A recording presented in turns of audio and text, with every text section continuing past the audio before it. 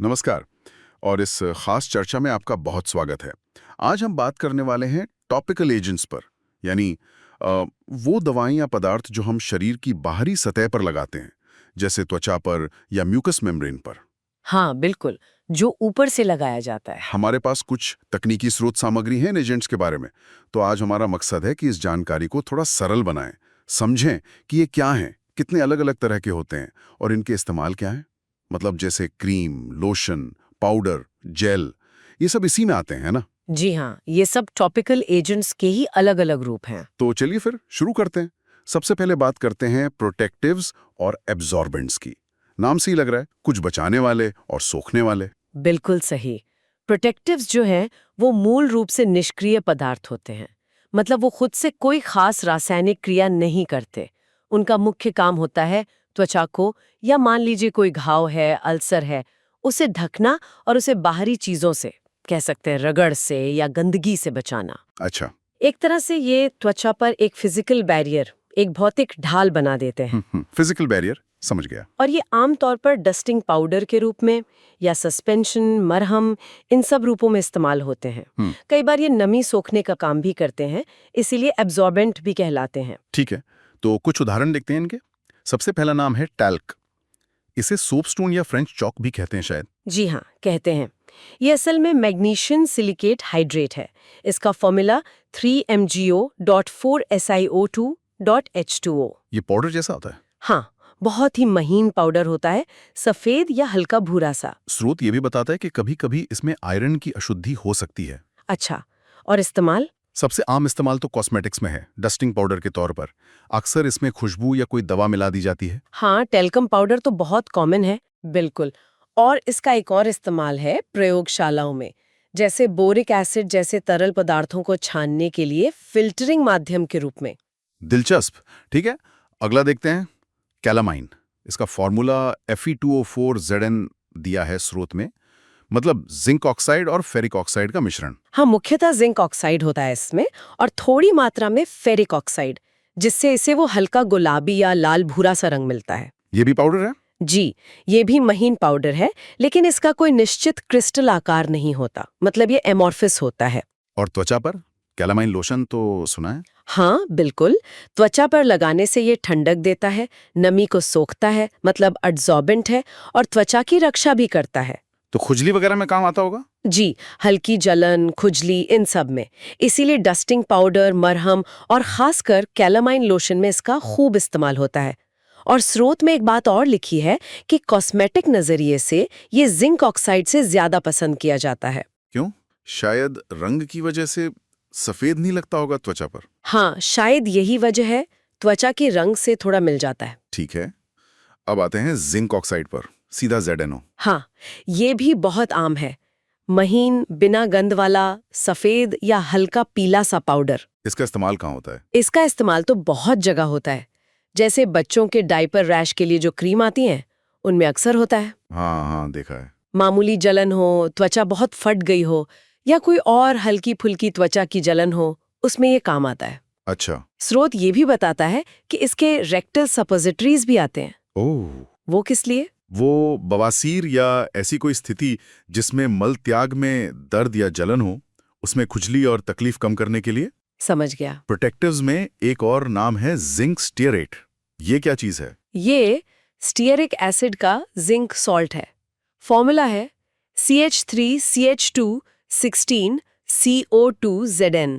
ये भी पाउडर? जी, महीन, सफेद, भारी पाउडर होता है। इसमें खास किस्म की गंध भी होती है। और काम वही, प्रोटेक्टिव।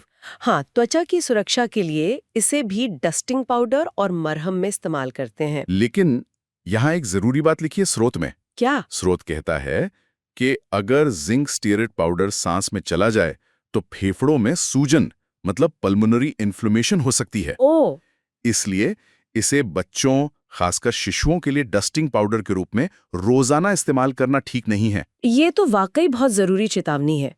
ये दिखाता है कि कोई चीज ऊपर लगाने के लिए ठीक हो सकती है, पर अगर अंदर चली जाए तो नुकसान कर सकती है। बिल्कुल। सावधानी बहुत जरूरी है। हमेशा निर्देशों को ध्यान से पढ़ना चाहिए। सही कहा। अच्छा, इस लिस्ट में आखिरी प्रोटेक्टिव है टाइटेनियम डाइऑक्साइड, या TiO2। हाँ, टाइटेनियम डाइऑक्साइड, ये सफेद बेस्वाद एमोर्फस पाउडर है। इसका सबसे बड़ा गुण क्या है? इसकी सबसे खास बात यह है कि ये सूरज से आने वाली अल्ट्रावायलेट मतलब यूवी किरणों को सोख लेता है या ब्लॉक कर देता है। ओह, तो ये सनस्क्रीन वाला एजेंट है। बिल्कुल, इसीलिए सनस्क्रीन, लोशन और क्रीम्स में इसका बहुत इस्तेमाल होता है। ये एक फिजिकल सनस्क्रीन की तरह काम करता है। इसके अलावा भी कोई उपयोग है? हाँ, स्रोत बताता है कि ये त्वचा की खुजली, जिसे प्यूराइटिस कहते हैं, उसमें राहत दे सकता है और एक्जिमा जैसे कुछ ऑक्सीडेटिव त्वचा रोगों में भी लगाया जाता है। तो ये सारे प्रोटेक्टिव्स का मूल काम त्वचा पर एक परत बनाना हुआ। हाँ, मुख्य रूप से यही है, एक फिजिकल बैरियर। टैल्क और जिंक स्टीरिएट नमी सोखते हैं, रगड़ कम करते हैं। जिंक ऑक्साइड, कैलामाइन थोड़ी ठंडक देते हैं और टाइटेनियम डाइऑक्साइड यूवी किरणों से बचाता है। इनका असर ज्यादातर त्वचा की ऊपरी सतह पर ही रहता है। ठीक है, ये प्रोटेक्टिव्स तो समझ आ गया। अब अगली श्रेणी पर चलते हैं, एस्ट्रिंजेंट्स। ये शब्द सुनने में थोड़ा भारी लगता है, क्या मतलब है इसका? एस्ट्रिंजेंट, हाँ, ये ऐसे केमिकल्स होते हैं कि जब आप इन्हें त्वचा पर या म्यूकस मेम्ब्रेन पर जैसे मुंह के अंदर लगाते हैं तो ये वहां मौजूद प्रोटीन के साथ रिएक्ट करते हैं। रिएक्ट करते हैं कैसे? वो प्रोटीन को सिकोड़ देते हैं या कह सकते हैं कस देते हैं, प्रेसिपिटेट कर देते हैं। अच्छा, मतलब टिश्यू को सिकोड़ते हैं। हाँ, कुछ वैसा ही। ऊतकों को थोड़ा सिकोड़कर उन्हें ज्यादा मजबूत या कम पोरस, छिद्रपूर्ण बना देते हैं। एल्यूमिनियम और जिंक के जो सॉल्ट्स मतलब नमक होते हैं, वो आमतौर पर टॉपिकल एस्ट्रिंजेंट के रूप में इस्तेमाल होते हैं। और इस सिकुड़ने से फायदा क्या होता है? इसके कई फायदे हो सकते हैं। एक तो है स्टिप्टिक इफेक्ट। स्टिप्टिक? हाँ, मतलब खून रोकने वाला। अगर कोई छोटी मोटी खरोंच या कट लग जाए तो ये खून के जमने की प्रक्रिया को तेज करते हैं और खून की बारीक नलियों कैपिलरीज को सिकोड़ देते हैं। जैसे शेविंग के बाद फिटकरी लगाते हैं। बिल्कुल, वो क्लासिक उदाहरण है। अच्छा। और दूसरा है एंटी पर्स्पिरेंट इफेक्ट, मतलब पसीना कम करने वाला। वो कैसे? ये त्वचा की सतह पर जो पसीने की ग्रंथियों के मुंह होते हैं, पोर्स, उन्हें सिकोड़ देते हैं। इससे पसीना कम निकलता है। कई डिओड्रेंट्स में एस्ट्रीजेंट होते हैं। समझ गया। और भी कुछ है? हाँ, कुछ और भी प्रभाव हैं, जैसे म्यूकस मेम्ब्रेन पर सूजन कम कर सकते हैं क्योंकि ये वहाँ खून की सप्लाई कम कर देते हैं। ज्यादा कंसंट्रेशन में ये त्वचा की ऊपरी डेड स्किन को हटाने में भी मदद कर सकते हैं। अच्छा। स्रोत ये भी कहता है कि ये दस्त में भी फायदेमंद हो सकते हैं, शायद आंतों की परत पर असर करके, पर वो टॉपिकल उपयोग नहीं हुआ। वाह, एक ही एक्शन के कितने सारे उपयोग। चलिए उदाहरण देखते हैं। पहला है एलम, जिसे हम फिटकरी कहते हैं, पोटैश एलम। हाँ, फिट करे। लेकिन यहाँ स्रोत में फॉर्मूला NH4Cl दिया है, वो तो अमोनियम क्लोराइड है नौसादर। हाँ, ये स्रोत में शायद गलती है। पोटैश एलम असल में पोटेशियम एल्यूमिनियम सल्फेट होता है। हम इसे फिटकरी मानकर ही बात करते हैं। ठीक है, तो फिटकरी के गुण? ये रंगहीन या सफेद क्रिस्टल जैसा पाउडर होती है, गंध नहीं होती और स्वाद हल्का मीठा और कसैला सा। और उपयोग? ये एक मजबूत एस्ट्रिंजेंट है, जैसे माउथ वॉश में या गरारे करने के पानी में मिलाते हैं। हाँ, गले के लिए। पैरों को धोने के पानी फुट बाथ में भी डालते हैं। इससे त्वचा थोड़ी सख्त होती है और सॉफ्ट कॉर्न के इलाज में मदद मिलती है। अच्छा। स्रोत में इसका जिक्र टीकों मतलब टॉक्सॉइड की तैयारी में सहायक के तौर पर भी है। ओके, अगला उदाहरण है जिंक सल्फेट, जिंक सल्फेट। इसे व्हाइट विट्रियोल भी कहते हैं। Formula ZnSO4.7H2O। जी, जिंक सल्फेट ये रंगहीन पारदर्शी क्रिस्टल या पाउडर जैसा होता है। इसका उपयोग कहाँ होता है? इसका उपयोग गायनेकोलॉजी में सफाई मतलब इरिगेशन के लिए करते हैं, त्वचा पर एंटीसेप्टिक के तौर पर भी, और आंखों के लिए एस्ट्रिंजेंट ड्रॉप्स में। आंखों की दवाई में? हाँ, ऑप्थाल्मिक एस्ट्रिंजेंट। स्रोत कहता है कि ये थोड़ा एसिडिक होता है, इसलिए आई ड्रॉप्स में से अक्सर बोरिक एसिड के साथ मिलाते हैं ताकि जलन कम हो। ये तो वाकई दिलचस्प है। मतलब फिटकरी और जिंक सल्फेट जैसे साधारण नमक त्वचा पर इतने सारे काम करते हैं। खून रोकना, पसीना कम करना, आंखों की दवा। क्या इनकी ताकत कॉन्सेंट्रेशन पर निर्भर करती है? मतलब कितनी मात्रा में इस्तेमाल कर रहे हैं? हाँ, बिल्कुल। एस्ट्रिंजेंट का असर उनकी सांद्रता यानी कॉन्सेंट्रेशन पर बहुत ज्यादा निर्भर करता है। कम कॉन्सेंट्रेशन में वो हल्के एस्ट्रिंजेंट या एंटीसेप्टिक की तरह काम कर सकते हैं, जैसे आई ड्रॉप्स में। और ज्यादा में? ज्यादा कॉन्सेंट्रेशन में वो ज्यादा शक्तिशाली स्टिप्टिक यानी खून रोकने वाले बन जाते हैं और बहुत ज्यादा कॉन्सेंट्रेशन में तो वो ऊतकों को जला भी सकते हैं, कॉस्टिक हो सकते हैं। हालांकि ऐसे उपयोग बहुत ही सीमित होते हैं और सिर्फ डॉक्टर की देखरेख में। तो सही कॉन्सेंट्रेशन चुनना बहुत जरूरी है। समझ गया। ठीक है, तो अब हम आते हैं तीसरे हिस्से पर, एंटी माइक्रोबियल्स। ये तो नाम से ही पता चल रहा है, माइक्रोब्स यानी सूक्ष्म जीवों के खिलाफ काम करने वाले एजेंट्स। सही कहा।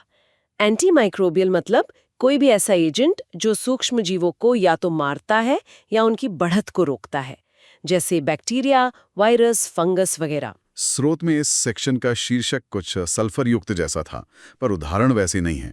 तो हम एंटी माइक्रोबियल्स पर ही फोकस करते हैं। हाँ, वो ज्यादा सही रहेगा। इन्हें अक्सर इस आधार पर बांटा जाता है कि ये किस तरह के माइक्रोब पर असर करते हैं और कैसे काम करते हैं। स्रोत में कुछ परिभाषाएं दी गई हैं, वो शायद जरूरी हैं। Disinfectant, antiseptic. हाँ, ये समझ लेना अच्छा है। डिसइंफेक्टेंट ये वो केमिकल्स हैं जो माइक्रोब्स को मारते हैं। इनका इस्तेमाल ज्यादातर बेजान चीजों पर होता है, जैसे फर्श, टेबल, औजार साफ करने के लिए। जैसे फिनाइल। हाँ, उस तरह के। कभी कभी त्वचा पर भी यूज हो सकते हैं, पर सावधानी से। और एंटीसेप्टिक। एंटीसेप्टिक ये भी माइक्रोब्स को मारते हैं या रोकते हैं, लेकिन इनका इस्तेमाल जीवित ऊतकों पर होता है, मतलब त्वचा पर, घाव पर, जैसे डेटॉल या सेवलॉन। ठीक है। बैक्टीरिसाइड ये खास तौर पर बैक्टीरिया को मारने वाले होते हैं, लेकिन जरूरी नहीं कि ये बैक्टीरिया के स्पोर्स को भी मारें, जो बहुत सख्त जान होते हैं। स्पोर्स, हाँ। बैक्टीरियोस्टैटिक ये बैक्टीरिया को मारते नहीं, बस उनकी संख्या बढ़ने से, मल्टीप्लाई होने से रोकते हैं। स्रोत में यहाँ गलती से फिर बैक्टीरिसाइड लिखा है। अच्छा, रोकते हैं बस। जर्मिसाइड ये एक जनरल टर्म है, मतलब रोगाणुओं को, जर्म्स को मारने वाला, खासकर बीमारी फैलाने वाले माइक्रोब्स को। ये परिभाषाएं काफी मददगार हैं। अब कुछ खास एंटी माइक्रोबियल्स के उदाहरण देखते हैं। पहला है हाइड्रोजन पेरोक्साइड। ऑक्सीजनेटेड वाटर भी कहते हैं इसे। जी हाँ, H2O2 ये बिल्कुल पानी जैसा ही दिखता है, साफ, रंगहीन, गंधहीन तरल। ये काम कैसे करता है? जब ये त्वचा के संपर्क में आता है या घाव पर लगता है, तो ये टूट जाता है और नवजात ऑक्सीजन निकलता है। नवजात ऑक्सीजन? हाँ, मतलब ऑक्सीजन का एक बहुत ही रिएक्टिव रूप। ये ऑक्सीजन माइक्रोब्स को नष्ट कर देती है। जो घाव पर झाग बनता है वो इसी से? बिल्कुल, लेकिन स्रोत इसे एक कमजोर जर्मिसाइड मानता है। ये ज्यादा गहराई तक असर नहीं करता और इसका असर भी थोड़ी देर ही रहता है। अच्छा। अगला है पोटेशियम परमैंगनेट, KMMO4। ये तो लाल दवा है ना? हाँ, आम भाषा में लाल दवा कहते हैं। ये गहरे बैंगनी रंग के क्रिस्टल होते हैं। गंध नहीं होती, पर स्वाद मीठा और कसैला सा होता है। इसका क्या उपयोग है? इसके कई गुण हैं। ये एंटीबैक्टीरियल है, एंटी फंगल है, जर्मिसाइडल है और हल्का एस्ट्रिंजेंट भी है। और दुर्गंध भी दूर करता है शायद? हाँ, डिओडराइजिंग एक्शन भी है। इसका घोल अक्सर घावों, अल्सर या फोड़ों को साफ करने के लिए इस्तेमाल करते हैं। इसकी सफाई की क्रिया बहुत शक्तिशाली होती है। पानी साफ करने में भी काम आता है। ये काम कैसे करता है? ये भी ऑक्सीजन देता है? ये एक बहुत शक्तिशाली ऑक्सीडाइजिंग एजेंट है। ये दूसरे पदार्थों से इलेक्ट्रॉन छीन लेता है, जिससे माइक्रोब्स की कोशिकाएं नष्ट हो जाती हैं। यही इसका एंटी माइक्रोबियल और दुर्गंध नाशक एक्शन है। लेकिन इसे सावधानी से इस्तेमाल करना होता होगा। हाँ, बिल्कुल। सही मात्रा में घोलना बहुत जरूरी है, वरना ये त्वचा को जला सकता है। ठीक है। अगला है क्लोरिनेटेड लाइम, क्लोरिंग पाउडर। हाँ, ब्लीचिंग पाउडर या कैल्शियम हाइपोक्लोराइट। स्रोत में फॉर्मूला CaOClCl दिया है। ये तो कपड़े ब्लीच करने वाला पाउडर? हाँ, वही। हल्का सफेद पाउडर होता है जिसमें क्लोरीन की तेज गंध आती है। इसका क्या काम है मेडिकली? मुख्य काम तो ब्लीचिंग एजेंट और डिसइंफेक्टेंट का ही है। पानी साफ करने, सतहों को कीटाणु रहित करने, अस्पतालों में सफाई के घोल बनाने में। अच्छा। स्रोत में कुछ पुरानी बीमारियां जैसे स्कारलेट फीवर, डिफ्थीरिया वगैरह के इलाज में भी इसका जिक्र है, पर आजकल ऐसे उपयोग शायद नहीं होते। हाँ, लगता तो नहीं है। अब बात करते हैं आयोडीन की, I2। आयोडीन ये भूरा, बैंगनी या नीला काला सा भंगुर ठोस होता है। स्रोत में इसके कई उपयोग दिए हैं। थायराइड स्वास्थ्य, घेंगा, थायराइड कैंसर, प्रेगनेंसी में बच्चे का विकास। हाँ, लेकिन ध्यान दीजिए, ये सब आयोडीन के प्रणालीगत मतलब सिस्टेमिक उपयोग है, जब आयोडीन शरीर के अंदर जाता है, जैसे नमक के जरिए, क्योंकि ये थायराइड हार्मोन बनाने के लिए जरूरी है। तो फिर टॉपिकल यूज क्या है? टॉपिकल यूज है इसका एंटीसेप्टिक के रूप में। आयोडीन टिंक्चर, जो अल्कोहल में आयोडीन का घोल होता है, वो घावों पर लगाने के लिए बहुत असरदार एंटीसेप्टिक है। हाँ, वो भूरे रंग की दवा। जी, ये माइक्रोब्स की कोशिकाओं में घुसकर उनके प्रोटीन और एंजाइम को नष्ट कर देता है। ठीक है। अगला है सिल्वर नाइट्रेट, AgNO3।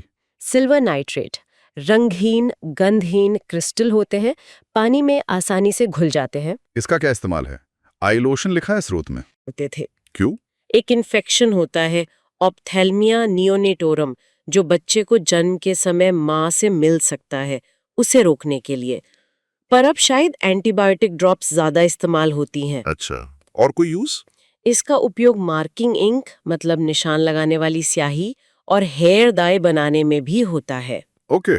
और लिस्ट में आखिरी नाम है sodium hydroxide. Sodium hydroxide caustic soda या लाई, NaOH। हाँ, कास्टिक सोडा। स्रोत इसे बहुत एल्कलाइन और कॉस्टिक, मतलब जलाने वाला बता रहा है। जी हाँ, ये एक बहुत मजबूत बेस है और बहुत ज्यादा दाहक होता है। तो इसका त्वचा पर कोई चिकित्सीय उपयोग है? स्रोत में तो कुछ खास नहीं लिखा। नहीं, सामान्य परिस्थितियों में इसका सीधा टॉपिकल चिकित्सीय उपयोग लगभग नहीं होता, क्योंकि ये त्वचा के संपर्क में आते ही गंभीर जलन पैदा कर सकता है। तो फिर लिस्ट में क्यों है? शायद इसके रासायनिक गुणों की वजह से इसे शामिल किया गया है। बहुत ही कंट्रोल्ड कंडीशन में, बहुत कम मात्रा में, कुछ खास फॉर्मुलेशंस में शायद मस्से वगैरह हटाने के लिए इस्तेमाल होता हो, पर वो सिर्फ एक्सपर्ट ही कर सकते हैं। मतलब आम इस्तेमाल नहीं है। बिल्कुल नहीं। ज्यादातर तो ये साबुन बनाने, नालियां साफ करने और इंडस्ट्री में इस्तेमाल होता है। इसे संभालते वक्त बहुत ज्यादा सावधानी की जरूरत होती है। समझ गया। तो ये थे एंटी माइक्रोबियल्स। हाँ, और हमने देखा कि ये सब कितने अलग-अलग तरीकों से काम करते हैं। हाइड्रोजन पेरोक्साइड ऑक्सीजन से मारता है, पोटेशियम परमैंगनेट ऑक्सीडेशन से, क्लोरीन वाले क्लोरीनेशन से, आयोडीन प्रोटीन को गड़बड़ाकर, सिल्वर नाइट्रेट अपने आयनों से। हाँ, सबकी अपनी अलग क्रियाविधि है। और इसीलिए ये अलग-अलग तरह के माइक्रोब्स पर असरदार हो सकते हैं और इनका उपयोग भी अलग-अलग होता है। बिल्कुल। तो अगर हम संक्षेप में देखें तो आज हमने टॉपिकल एजेंट्स की 3 मुख्य कैटेगरीज को समझा। पहले प्रोटेक्टिव्स और अब्जॉर्बेंट्स, जो त्वचा को बचाते हैं, सूखा रखते हैं, जैसे टैल्क, कैलामाइन, जिंक ऑक्साइड। हाँ, फिर एस्ट्रिंजेंट्स, जो ऊतकों को सिकोड़ते हैं, जैसे फिटकरी, जिंक सल्फेट। जी। और आखिर में एंटी माइक्रोबियल्स, जो माइक्रोब से लड़ते हैं, जैसे hydrogen peroxide, potassium permanganate, iodine. हमने कई उदाहरण देखे, उनके गुण और उपयोगों पर बात की, कैसे ये साधारण से दिखने वाले केमिकल्स त्वचा पर अलग-अलग तरह से काम करते हैं। और देखिए, इसी पूरी चर्चा से एक बहुत ही महत्वपूर्ण सवाल या कह लीजिए एक सीख उभरती है। क्या? हमने जिंक स्टीरेट वाली चेतावनी देखी, हाँ, सोडियम हाइड्रोक्साइड का खतरा समझा। हाँ, इससे ये बात कितनी साफ हो जाती है कि किसी भी टॉपिकल एजेंट का सिर्फ नाम या ये जानना कि वो क्या करता है काफी नहीं है। हाँ, उसका सही तरीके से इस्तेमाल करना, उसकी सही मात्रा या कॉन्सेंट्रेशन का इस्तेमाल करना, ये कितना ज्यादा जरूरी है। हाँ, ये तो बहुत जरूरी है। सवाल सिर्फ ये नहीं है कि क्या लगाना है, बल्कि ये भी उतना ही, शायद उससे भी ज्यादा जरूरी है कि उसे कैसे लगाना है, कितनी मात्रा में लगाना है और कब तक लगाना है। बिल्कुल, गलत इस्तेमाल फायदे की जगह नुकसान कर सकता है। बहुत गंभीर नुकसान भी कर सकता है। तो ये जानकारी हमें ज्यादा जिम्मेदार बनाती है। बहुत सही कहा। किसी भी टॉपिकल एजेंट का इस्तेमाल करने से पहले पूरी जानकारी लेना और अगर जरूरत हो तो डॉक्टर या फार्मासिस्ट से सलाह लेना हमेशा सबसे अच्छा रहता है। इस गहरी और विस्तृत चर्चा में हमारे साथ रहने के लिए आपका बहुत बहुत धन्यवाद।